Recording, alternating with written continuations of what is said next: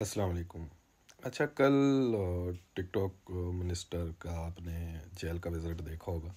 وہاں پر اس نے جو فلم شوٹ کی ہے اور جو کچھ اپنا کردار دکھانے کی کوشش کی ہے عوام کو، وہ بھی آپ نے دیکھا ہوگا۔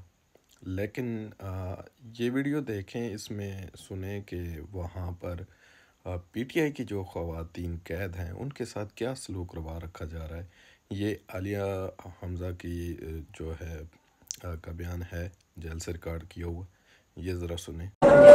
جتنا ظلم کرنا ہے نا، اور 10.5 مہینوں میں انہوں نے کیا ہے، میرا یہ خیال ہے کہ اس سے زیادہ ظلم، یہ جو کل آ کر وہ کہانیاں سنا کر گئی ہیں نا، ہم پہ ظلم کی جو انتہا ہوئی ہے، موت کی چکی میں ہمیں رکھا گیا ہے 6 عورتوں کے ساتھ، گندے واش روموں کے ساتھ، اب بھی مریم کے اسٹور روم میں بند کیا گیا ہے۔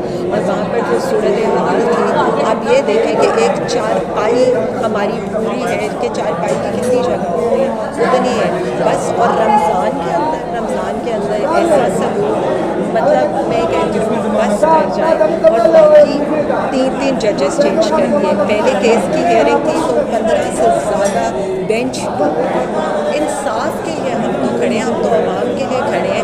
ہر تکلیف سہیں گے، ہر مصیبت سہیں گے، سب کچھ برداشت کریں گے اپنے 25 کروڑ عوام کے لیے، پاکستان تحریک انصاف کے لیے، عمران خان صاحب پہ ہونے والے ہر ظلم کے لیے، اور بشریٰ بی بی کے ساتھ جو ظلم کیا ہے اس کے لیے۔ اور نہ ہٹیں گے، نہ جھکیں گے، اور نہ ہم جو ہے نا خان کا ساتھ چھوڑیں گے۔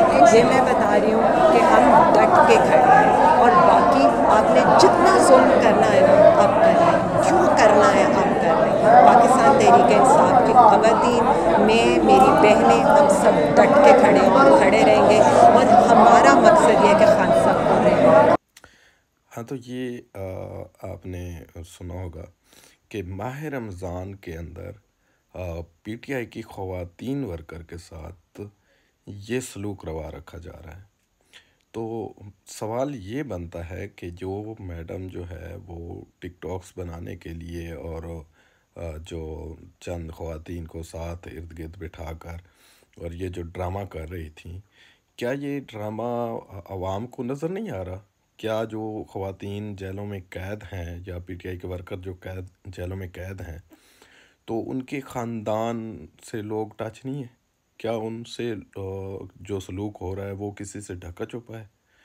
تو یہ ڈرامے نہیں چلنے والے۔ اب جو ہے وہ قوم بہت آگے نکل چکی ہے، وہ آپ کے ان ڈراموں سے ٹریپ نہیں ہوں گے۔ چھوڑ دیں یہ ڈرامے کر۔